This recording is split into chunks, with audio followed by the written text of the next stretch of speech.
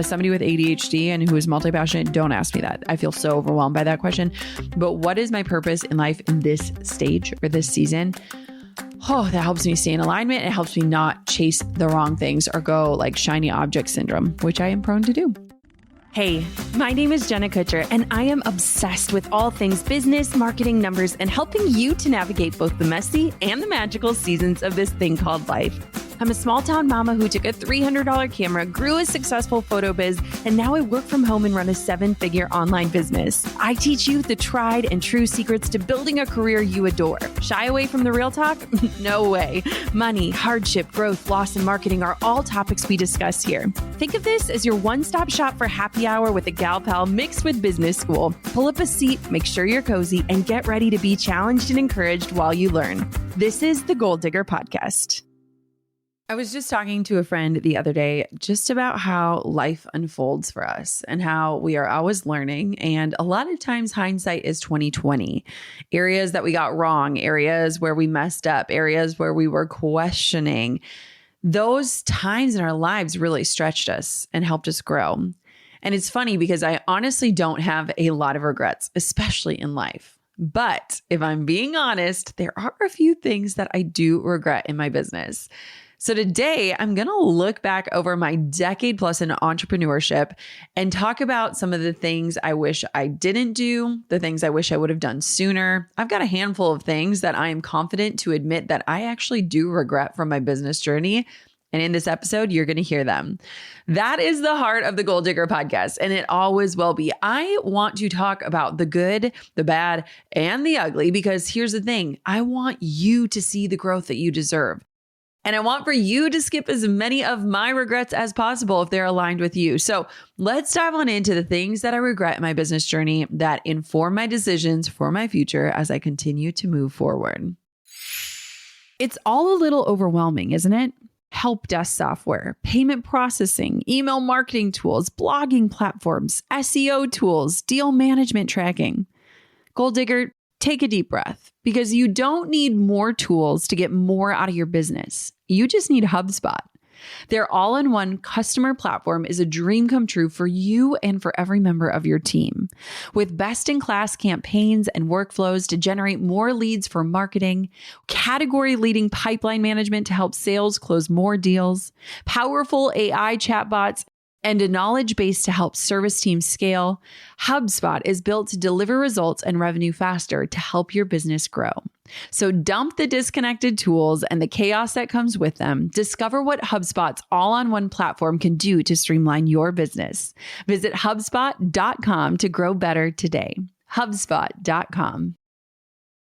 Want to hear a funny story? So when I first started outlining this episode, it was going to be 5 things I regret in my business journey. And then it became 6 and 7 and 8. Today, I'm going to share 9 things. Now, I'm pretty sure that if I got really quiet with myself and sat around long enough, I could think of an entire laundry list of things that I regret. But I'm going to share 9 with you today. And my hope is that for you to listen through this episode and use your own filter of like, oh, maybe I need to take action in this, or maybe I'm doing this and I could be going down the wrong path. And again, just my biggest hope for this in sharing my honest regrets is that I can save you from some of the pain or the anguish or the lost energy, time, or money along the way. So here we go. Let's dive on in. And I can always tell when I feel slightly vulnerable going into an episode because I try to put it off for as long as possible. And so this is one of those. I feel a little bit vulnerable, but in a good way. Okay. My first regret is really diving into entrepreneurship, lacking every type of boundary. Like I essentially set myself up for burnout. Like hand me over on a burnout platter. That's where I was headed. And it's really interesting because when I think back to those early days, I was juggling a full-time corporate job. I was working 50 plus hours a week. And so I didn't have the privilege of setting the types of boundaries that I now am able to set in my business. And so I have so much grace for that version of me. But I also recognize that like basically the way that I saw life in that stage of life was like working the corporate job 50 hours a week, commuting 1 hour each way, and then any extra time basically that I wasn't sleeping, I was working on my business. And so for context, I started my business the year before we got married. And so our newlywed life was really both of us grinding at corporate jobs. On the nights and weekends that I wasn't working, I was working on my business. And so it's kind of an interesting thing. And, I always say hustle is required to get the dream off the ground. But if hustle is the only way of sustaining the dream, that might not actually be the dream. And that's something I learned from this regret. So let me paint the picture for you. When I was first starting out, I literally would sleep with my laptop and my phone on my nightstand. I would bring my computer everywhere. I mean, I'm talking literally everywhere. I had this fear. It honestly makes my cortisol rise just thinking of it, that something was going to come in and it was urgent, which is hilarious because now I operate from this place of nothing is urgent. I didn't have a lot of relationships at that stage of my life. So Drew, was my partner in crime. We had moved to this tiny village in Wisconsin of 1,200 people. I didn't really have a lot of extracurricular time because I was either working or building my business. I also feel like I really just over committed and overdrafted myself. I was approaching business from such a place of scarcity that I was anyone that's willing to pay me, I will take that money. And I was taking pictures of cats. I was doing senior portraits. I was doing boudoir photos, all these different things that I didn't necessarily want to do. And so I wish that the boundaries would have been there and the clarity and the confidence to enforce them. I actually have an episode. It's a recent episode, episode 758, and it's weird places you need to set boundaries in your business. I linked it in the show notes. If this sounds like you in any sort of way, go listen to that episode. It shares a lot about just what I've learned about boundaries over the years. Okay, the next thing that I regret. Man, I hired way too slow. I wrote an entire chapter in my book about learning how to ask for help, loosening the grip. It's so interesting because for so many years of my business, I was a solopreneur. I was doing it all. As a wedding photographer, I was the photographer, the editor, the invoicer, the contract sender, the accountant, all the things. And I don't think that many of us start a business imagining that someday we'll be a boss. Maybe there are people who are I'm going to be a boss someday, but that was not me. I was I would just love to get paid to take pictures. And so, we hustle and we get things off the ground. And a lot of times we are all of the people wearing all of the hats. But I have recognized that I have this tendency because I can do something, I do it. And I've learned that yes, I can do these things, but this isn't actually where my time and energy and passion is best positioned. And it is amazing and such a blessing to hire people who love what they do, to get to pay them and to get things off of my plate. And so I just hired way too slow. There's the story in my book, and my girl, Caitlin, she literally reached out to me 3 to 4 times offering to help me. She was watching my career expand as a wedding photographer. She was a freelance virtual assistant. She worked with other photographers. She knew the industry. She knew the lay of the land. She reached out multiple times and was I live 20 minutes from you. I would love to help you. Do you need help? And so many times I was nah, I'm good. I'm good. And in the book, I share this story about how the third time she reached out, we had just gotten the worst news of our lives about there's no heartbeat for my pregnancy. And I responded with I need help. And it was one of the first times in my life that I could even utter those words.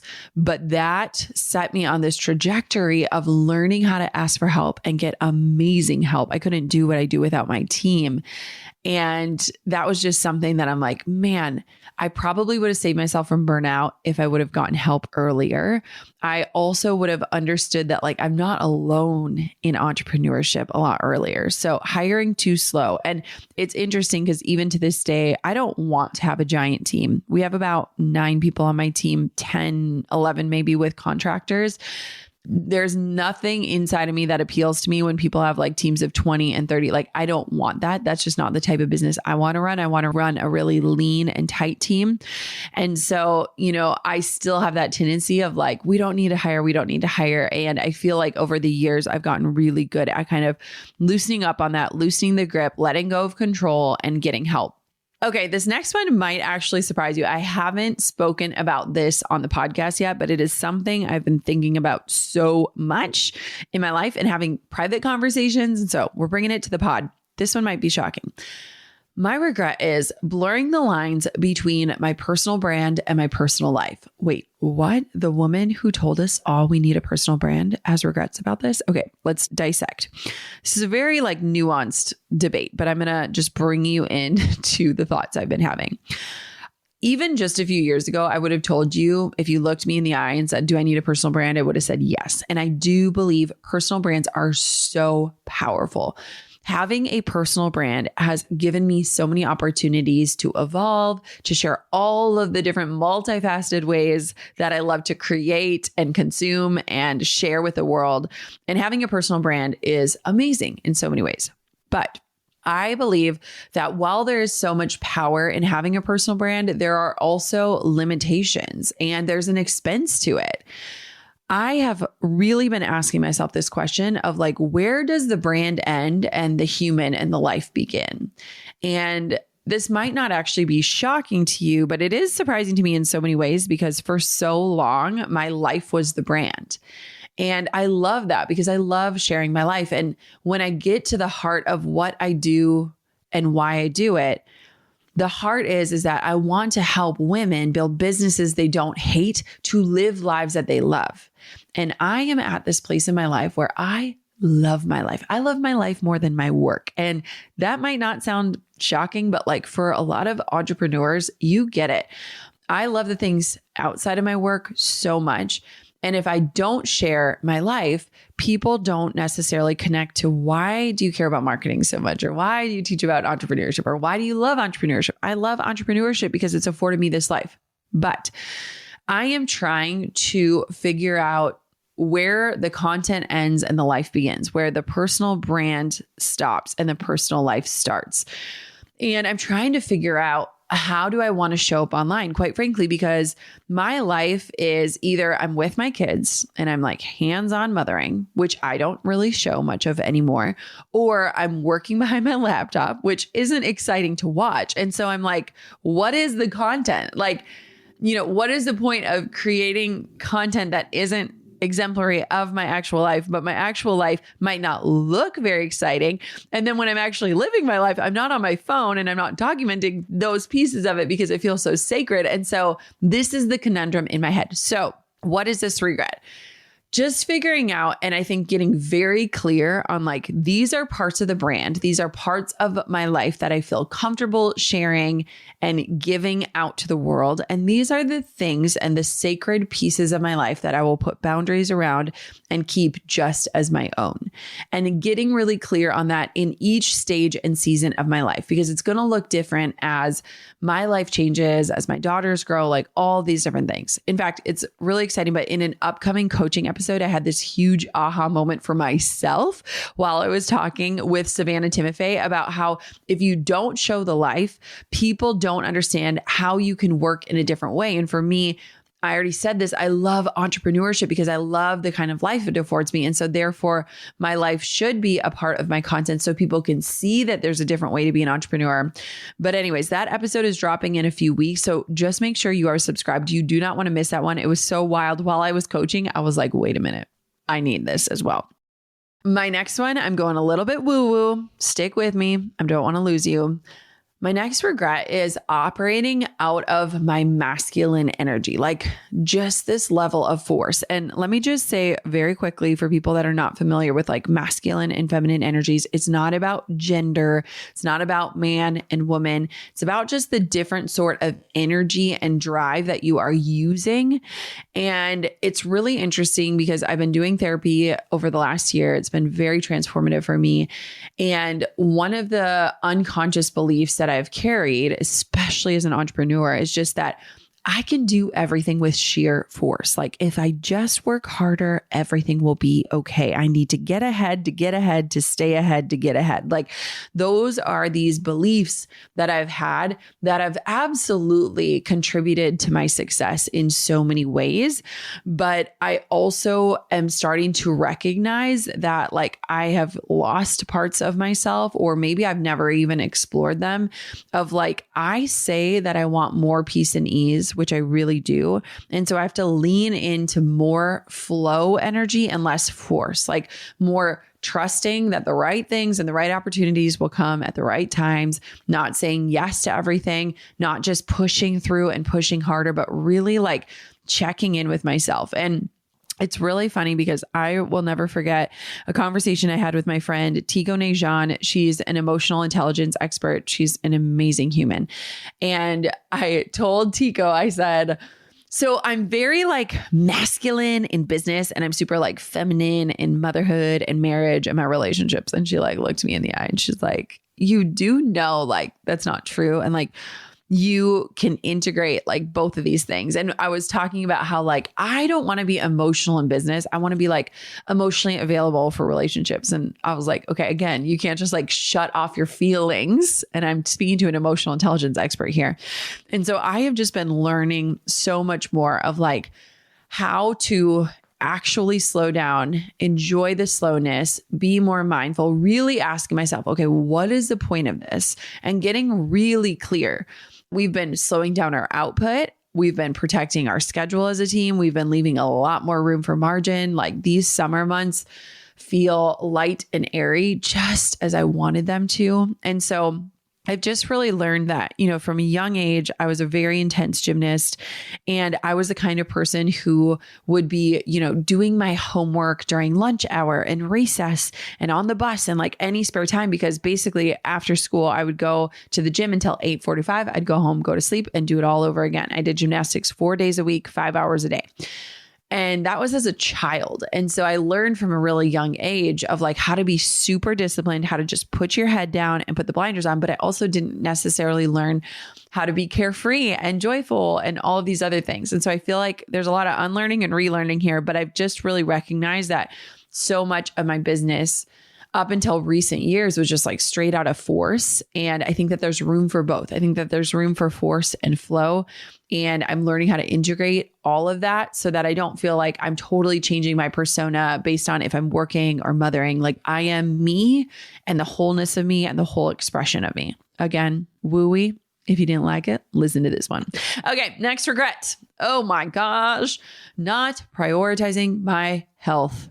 Woo. All right, let's dive in. I think that when I really reflect, I think that subconsciously, I believed that I couldn't have it all, meaning I couldn't have, you know, this very healthy body, healthy lifestyle and a booming business. I thought that being an entrepreneur was, you know, getting a lean cuisine and heating it up and eating it at your desk so you could get more work done. Like there was just a lot, again, of these unconscious beliefs. And I didn't know how good I could feel until I actually felt good. And I was just talking to someone about this where I was like, if I could have even had a day of feeling how I currently feel, I think I would have changed healthy habits way sooner. I just didn't even know this existed. This level of energy, this level of vibrancy, this level of desire, like just the way that I feel right now is so different. And I also want to give myself so much grace.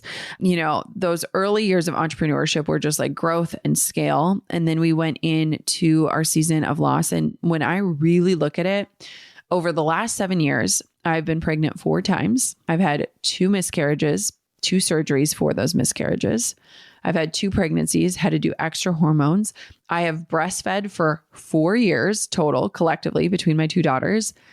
It has been a doozy. So for 7 years of my life and my life online, the life that you followed, I was really in the thick of some really hard things when it came to my body and loving it. And what's so interesting to me is that I have loved my body through it all. I've had to learn to love it.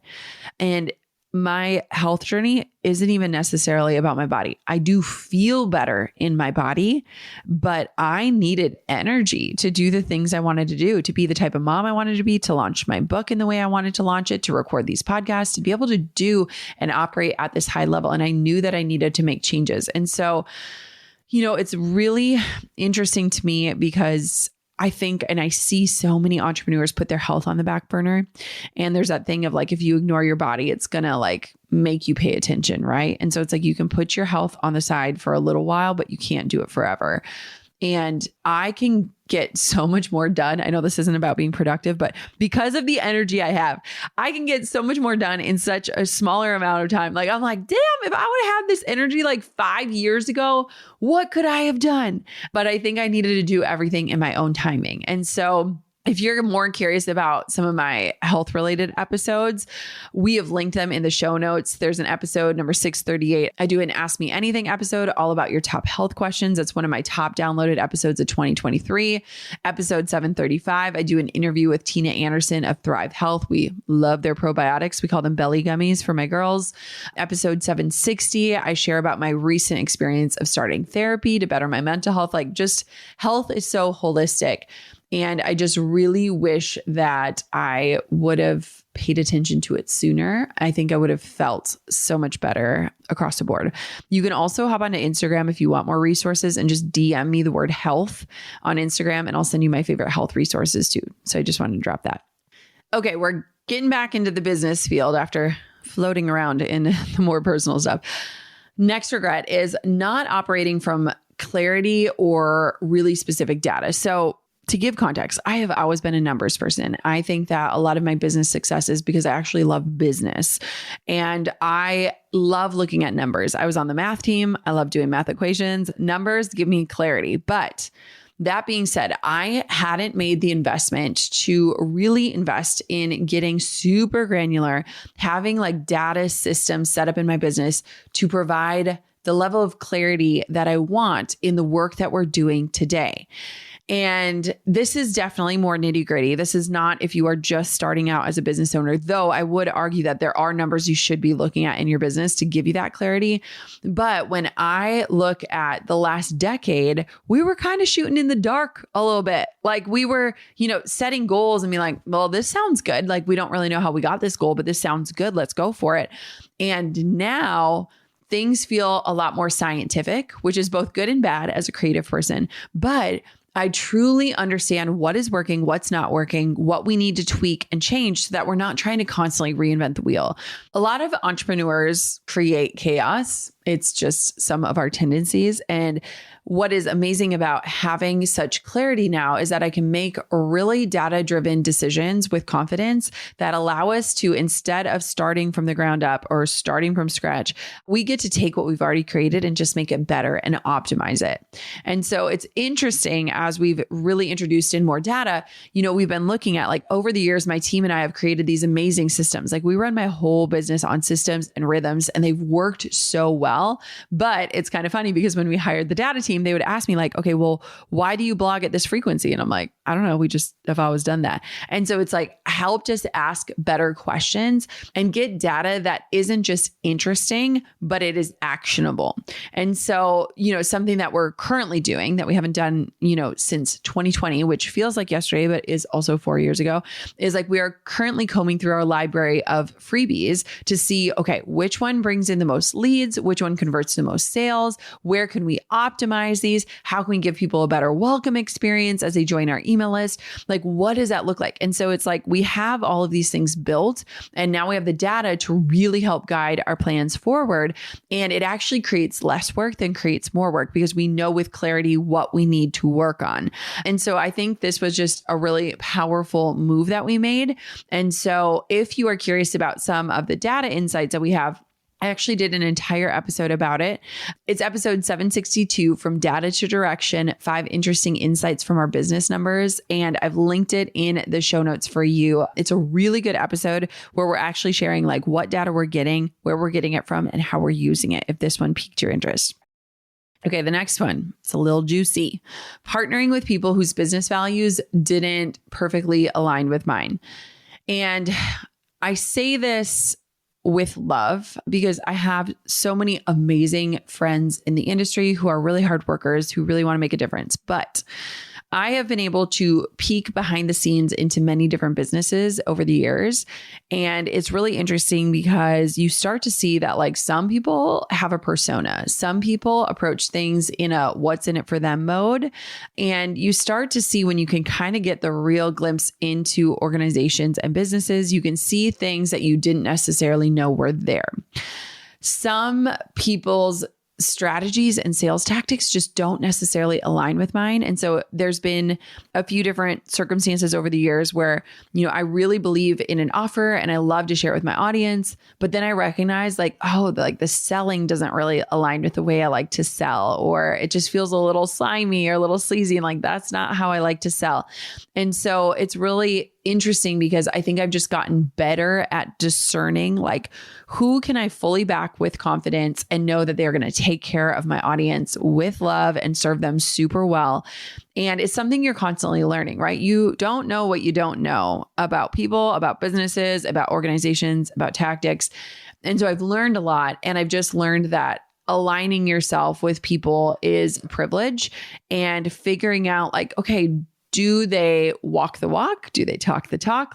Where are they at? And do we have similar outlooks? The other thing that I would say with this is that, I have really learned over the years that I am a lifestyle entrepreneur. What I mean by this is I am not someone who is constantly in pursuit of more. I don't think more is better in most circumstances. And so I need to align with people who also speak in that way, teach in that way, and market in that way. And the other side of the coin are achievement-based entrepreneurs. And honestly, the majority of my friends are those people. And those are the people who are constantly trying to outdo themselves. And it's beautiful. They have this expression of performance and wanting to see what's possible and wanting to do more. And so I've really had to figure out can I partner with people who have a very different philosophy on business and life and still serve my audience well and still give value in a way that resonates with me and my brand. And so I would just say in closing on this one is one thing that I'm really just done with overall is transactional relationships. I've been having so many conversations with friends of mine, and there's so much beauty in collaborating in the business world, but there's also this weird, you scratch my back, I'll scratch yours type mentality. And I just want to be in friendships and relationships where we're not asking anything of each other. We might give to each other. We might partner together, but it's not the expectation. And it's interesting because I think sometimes being in Minnesota, I'm so removed from a lot of the transactional stuff.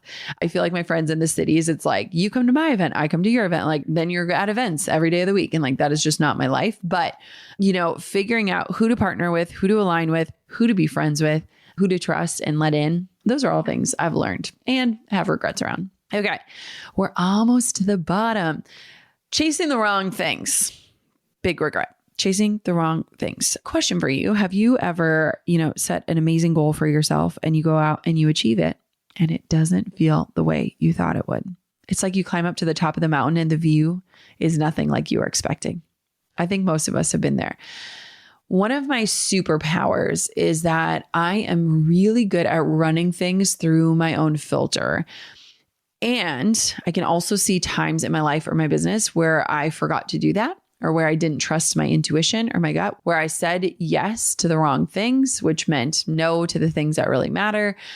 I have taken on, and this is part of my human design, I can take on other people's ideas and energies with vigor. I just get excited because they're excited. But I've learned that I have to get back into my own energy to really check in with myself of is this the right thing? Is this really what I want? Is this truly aligned with what I say is most important for me? My definition of success is vastly different from other people in my industry. And so a lot of times I can feel something's wrong with me, or am I just not driven, or why do I not want more? And again, human design has been such an eye opener for me. Through diving deeper into my human design, I have learned so much about myself. And one of the best things I've learned about my specific design is that I need to not say yes to things immediately. I need to wait. I need to pause. And in pausing, I'm able to ask myself those bigger questions that actually help keep me in alignment. So I can see when I was chasing the wrong things, I was out of alignment. I was just moving so quickly that I wasn't actually pausing long enough to be is this right? Does this resonate? Is this correct? Do I want this? And so this has been really huge. If you're curious about human design, I can tell you with so much confidence. It changed my life. And we just had an episode 779, how human design can help you build a profitable, aligned, and fun business. And I swear to you, my business has changed so much the more that I've learned about my own design and how it can help me stay in alignment and not get off track. So chasing the wrong things, definitely a regret, definitely something I've learned from, of like, what is my purpose in this stage of life? Not just like, what is my purpose in life? Because that, as somebody with ADHD and who is multi-passionate, don't ask me that. I feel so overwhelmed by that question. But what is my purpose in life in this stage or this season? Oh, that helps me stay in alignment. It helps me not chase the wrong things or go like shiny object syndrome, which I am prone to do. Okay. The last one is this. And I think it's something that I just want to like talk about and bring awareness to is I think that oftentimes we can almost create echo chambers unconsciously. And here's what I mean by this. One of my greatest regrets in looking back over my decade of entrepreneurship is that I often was prone to just surround myself with people who think like me, with people who look like me, with people who operate like I do, with people with similar histories. And I honestly didn't even see that blind spot for a long time. In today's world, I think that one of my greatest frustrations with social media is that we can unconsciously create these environments where we are only connecting with and consuming information from people that absolutely agree with us.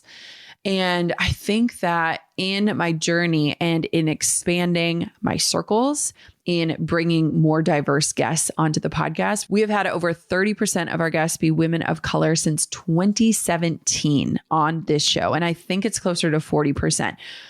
In expanding who we are learning from and hearing from, in learning about other cultures and learning about other beliefs and learning about other experiences, man, that is where the richness of life lives. And I can see so many spaces in my entrepreneurship journey where like I didn't know what I didn't know, but once I knew, I wasn't going back. And so I just feel like we have to put ourselves into uncomfortable conversations so that we can be stretched. We need to look at people with challenging viewpoints that challenge what we believe so that we can really get secure and confident in what it is we believe. We should have a little bit more ability within us to receive feedback and criticism, but also to like receive information that isn't what we agree with so that we can, again, challenge our ways of thinking.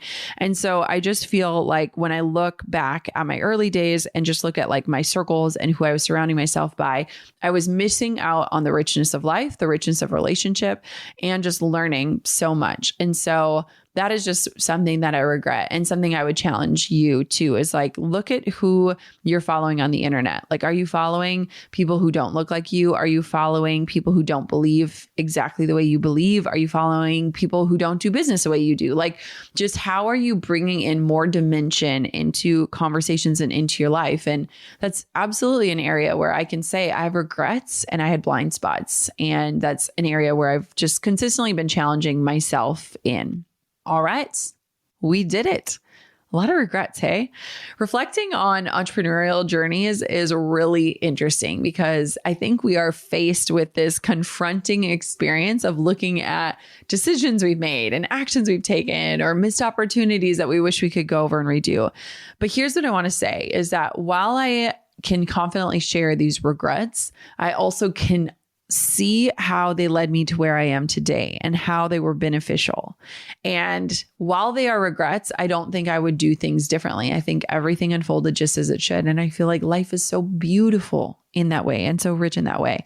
And so I would just be so curious to hear what your regrets are and if you've ever thought about them and also what you learned from them. And I hope that today's episode just helped kind of peel the curtain back of my own journey and the things that I am questioning and pondering and thinking about in my own life, and hopefully challenging you to consider too. Thank you so much for spending this time with me today. I'm so grateful for you. And thank you for listening to the Goal Digger podcast. Until next time, keep on digging your biggest goals.